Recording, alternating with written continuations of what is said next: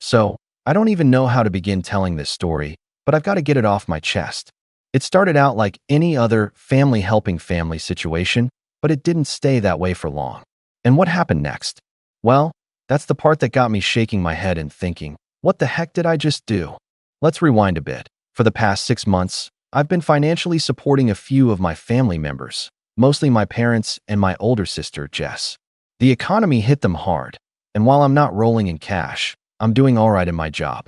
I'm in my late 20s, and I've always been close to my family, so it seemed like the right thing to do.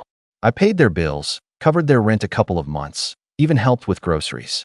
You know, the usual when you're the responsible one. At first, they were thankful. They'd send me texts. We couldn't have done it without you. And you're such a blessing. But here's where it started to get weird. Slowly, those texts turned into expectations. They'd call, "Hey, can you help with the car insurance this month? We're a little tight." Then, "Can you pitch in for the heating bill? You know how it gets cold here." And then it was, "We're a little behind on the rent. Could you help us out?" And each time, I said yes, thinking I was just doing what any decent family member would do. But then, one day, I got a text from my cousin. It was just a simple, "Hey, check this out." I opened the video, and to my horror, it was a clip of my entire family talking behind my back. They were sitting around in my sister's living room, having some kind of family meeting. And as they all chattered away, I heard my name pop up. Jess was the first one to speak, and she said, "Ugh, I can't believe we have to keep asking her for help. It's like she's the last resort." My stomach dropped, and then my mom chimed in. "She doesn't do enough, though. I mean, we help her out when we can, but she's always busy or too tired." And just like that, all the gratitude I thought I had been getting from them seemed like a facade. I was the last resort. They were annoyed with me for only helping when they needed it. It made me feel like a sucker. I sat there staring at my phone, just shocked. They didn't know I could hear them. They didn't know I was about to hear everything. Jess, my own sister, was the one complaining the most. This was the same sister who would call me crying when she couldn't pay her bills or needed an emergency babysitter for her kids. This was the same family who'd made me feel like I was their only shot at staying afloat. But now? Now I was the last resort. I didn't say anything. I didn't confront anyone. I sat in silence. But I knew one thing for sure. I was done. The next rent was coming due in a few days, and they were going to need help, like always. Only this time, things were going to be a little different. I spent the next couple of days in complete silence. No calls, no texts, no responses to any of their messages. Then, the day before rent was due, I sent them a single message. "You guys are on your own this time." No explanation. "No, I'm sorry. No, I can't help." Just that I could feel the tension building. I didn't hear anything for hours. But then, the phone call started. The first call came from my mom. I let it ring out, and then my phone buzzed with a text from her. "What do you mean? You've always helped us. What's going on?" I didn't reply. I just let the silence hang. After about an hour, I got a call from Jess. I almost picked it up, but then I remembered how she'd talked about me behind my back, and I couldn't bring myself to. The calls kept coming. Mom, Jess, even my aunt. Everyone started reaching out, trying to figure out what was happening. I wasn't even angry yet. I was more exhausted. But I knew I had to stand my ground. The next day, rent was due. I watched as they scrambled. I knew they were trying to figure out how to cover it, probably already calling every family member they could. I almost felt bad, but then I remembered the video. The way they'd spoken about me. Around noon, I got a message from Jess. "Please, I don't know what's going on, but we really need your help this time. We're not asking for much, just enough to get through. Please." It stung. She still didn't get it.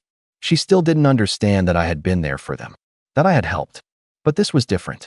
This wasn't just about the money. It was about respect. I was about to leave it at that.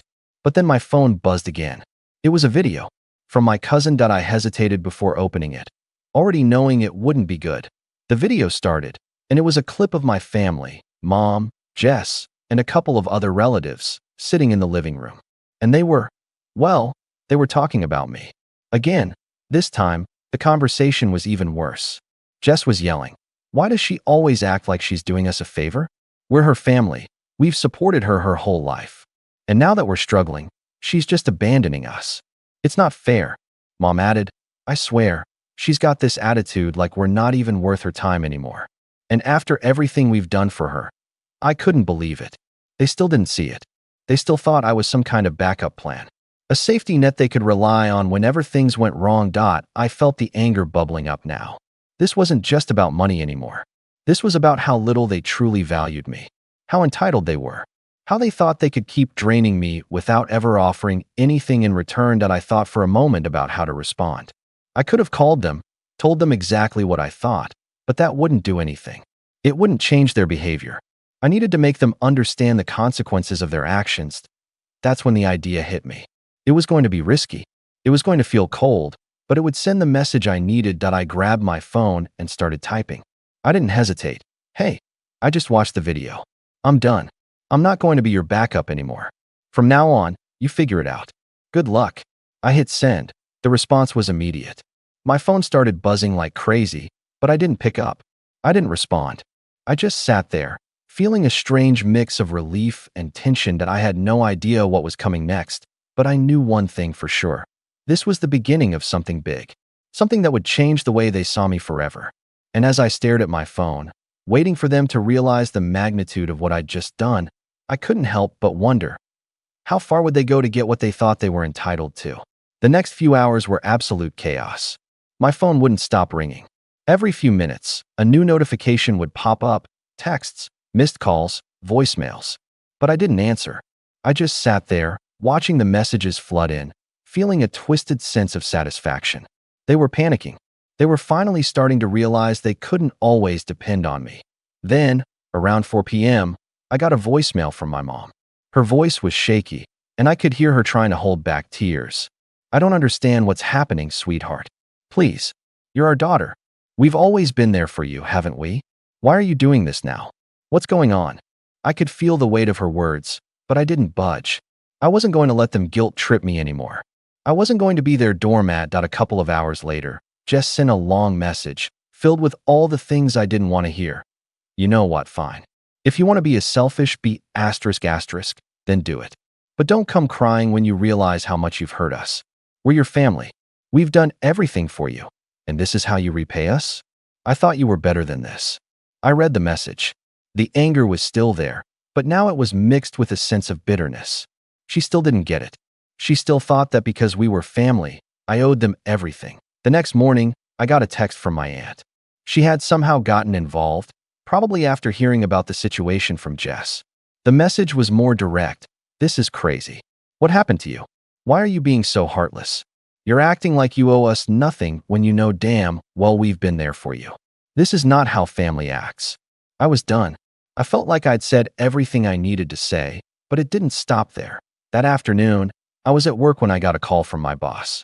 He told me there had been an urgent message from my mom and Jess, something about an emergency. They had even gone as far as calling my workplace to track me down. I could feel my blood starting to boil. This was getting out of hand. But the worst part? I wasn't sure how far they'd go to make me cave. That's when the final straw came. I got a text from my mom saying, "We need help or we're going to lose everything. If you don't help, you're not just letting us down, you're ruining our lives. Do you really want to be responsible for that?" I sat there, staring at my phone, my hands trembling. I wanted to help. I really did.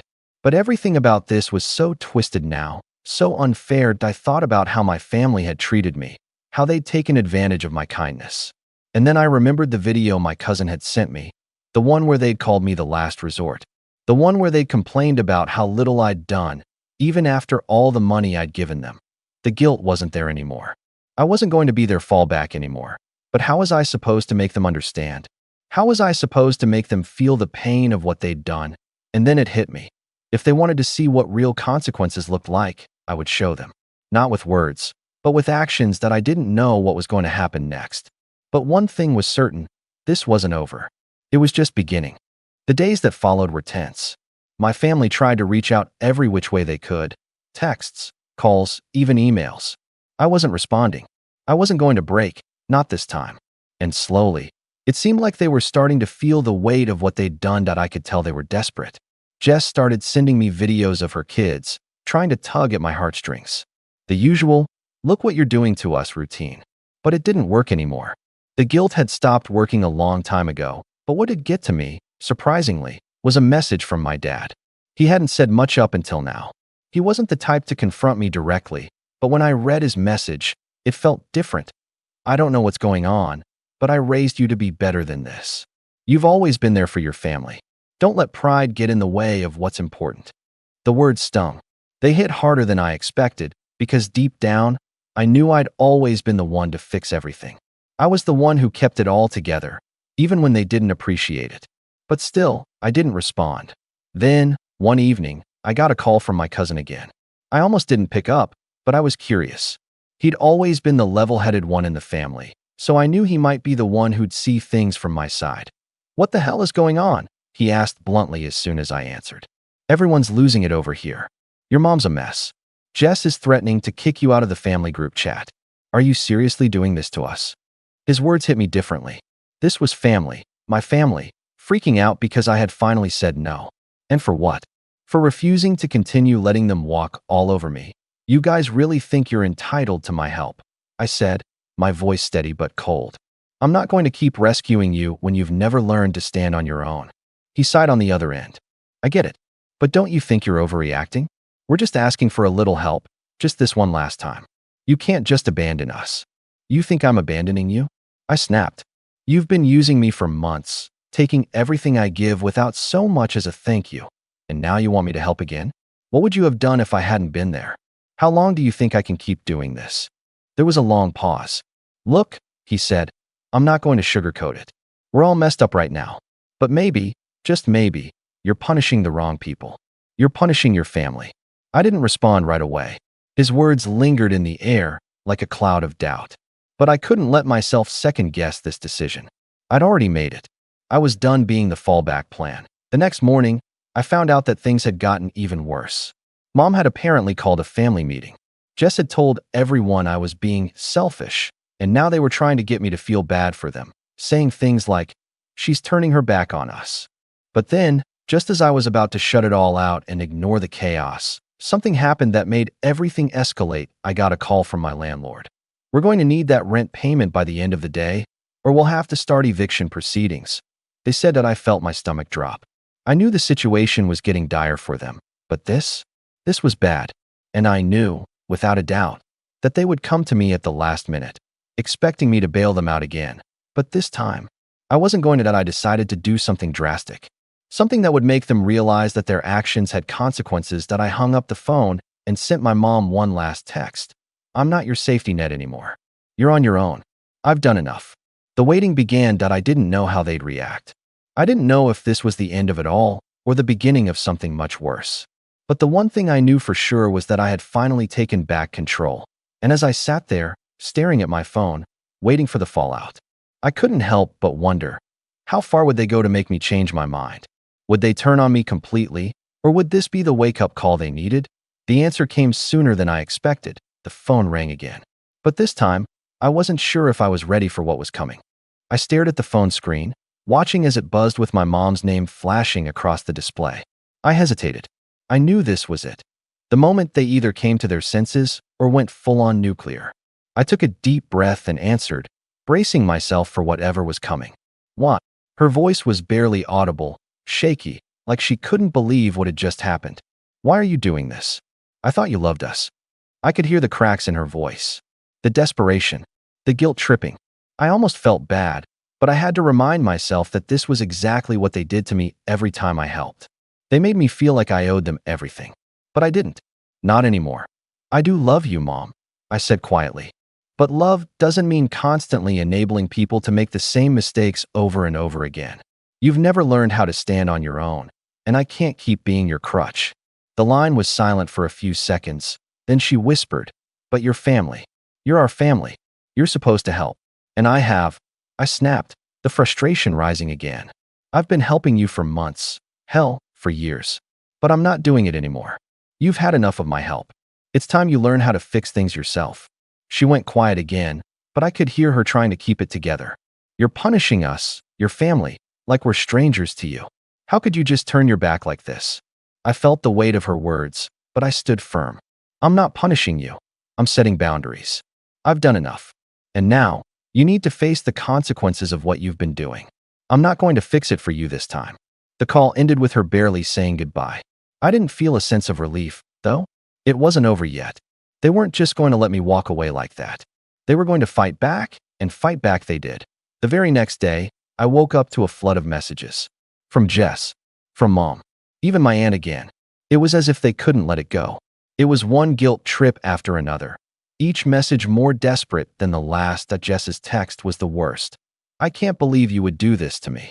I know we've had our differences, but I never thought you'd turn on us. You've always been there for me, and now you're just letting us drown. I can't believe I have to do this on my own with my kids. Thanks for nothing." I felt that familiar sting. But then something strange happened. Instead of caving, instead of feeling guilty, I just didn't care. I had to remind myself again, this wasn't my fault. I wasn't the bad guy here. They were, but the real bombshell came a few hours later.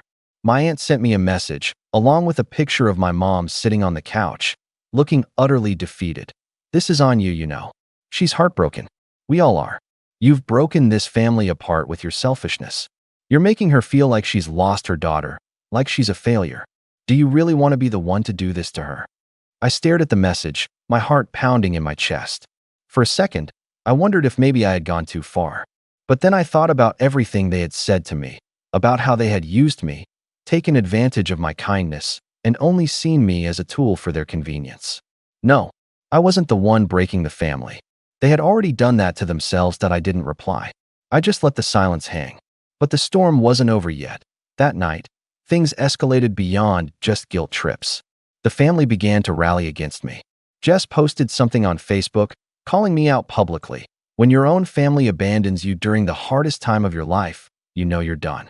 Don't ever let anyone tell you that blood means anything. Some people will only be there when they need something from you. I'll never forget what you've done to us. The post quickly gained traction. My other relatives started chiming in with supportive comments, siding with Jess, piling on the accusations. It felt like a whole family-sized betrayal. They weren't just mad at me. They were publicly shaming me, making it look like I was the villain. But instead of feeling angry or sad, I felt a strange calmness. They were making this public now. They were forcing me into a corner where I had no choice but to stand my ground, to make sure they saw the consequences of their behavior. The next day, I decided to turn the tables. I shared the video my cousin had sent me, the one where they were talking about me, calling me the last resort, complaining that I didn't do enough. I posted it on my own Facebook, adding a caption, "This is what my family really thinks of me. This is how they talk about me behind my back. Maybe now, they'll see what I've been dealing with all this time." The fallout was immediate. Comments exploded. My family members were furious, accusing me of airing dirty laundry, of betraying them in the worst way possible. But this time, I didn't care. The truth was out, and now they were forced to face it. For a while, there was nothing but silence. No messages, no phone calls, no angry texts. It felt like they were trying to figure out what to do next, like they were waiting for me to cave. But I didn't. I stuck to my guns. Then, a week later, I got a call from my dad. The one person who hadn't really been part of the drama. The one person who had stayed quiet, but I could feel his presence looming over everything. "I think we need to talk," he said, his voice soft but serious. "Come over, let's have a face-to-face."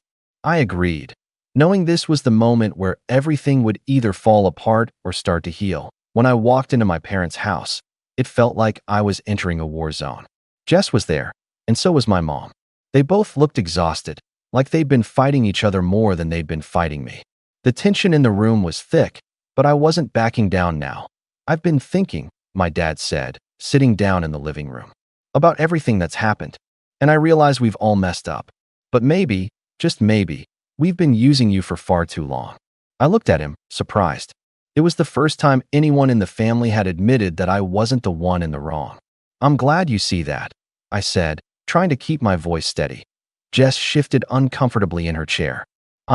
I don't know how to say this," she started, her voice quieter than usual. "But I shouldn't have put that post out. That was wrong. I let my anger get the best of me, and I shouldn't have dragged you into it like that." I nodded slowly. "I appreciate that, Jess. But that doesn't change what's happened. I needed to hear that from you. And from Mom, too." There was a long pause, and finally, my mom spoke up. "I never meant to make you feel like you owed us everything. I've been selfish, and I've taken you for granted. I'm sorry. I couldn't believe it." After everything, she was finally admitting it. But even with the apology, it didn't erase the pain. I was glad to hear it, but the trust had been broken. It would take time to rebuild, and I wasn't sure we'd ever fully get there. I don't need you to say sorry, I replied, my voice steady. I just need you to understand. I'm done being the person everyone runs to when things go wrong. If you want things to change, it has to start with you, all of you. There was a long silence after that. No one seemed to know what to say next. But I could tell something had shifted. For the first time in a long time, I wasn't the one holding everything together. They were. After a while, my dad stood up. I'm going to make sure we fix this, okay? No more using you as a backup plan. No more pretending like we can't do it on our own. We'll work through this together. It wasn't a perfect resolution, and I wasn't expecting everything to magically get better overnight. But it was a start. They'd finally seen the truth, and they were starting to face the consequences of their actions. As I left my parents' house that day, I felt something I hadn't in a long time. Relief. I knew it wasn't over, but it was a step in the right direction. Maybe, just maybe, my family would learn to stand on their own 2 feet. Maybe they would finally understand what it meant to respect me, to stop using me as a safety net. And as I walked away, I couldn't help but feel like the hardest part was finally over. They had been forced to see the truth. And now, it was their turn to change, but I wasn't holding my breath. So what do you think? Did I do the right thing? Or should I have tried to work things out differently?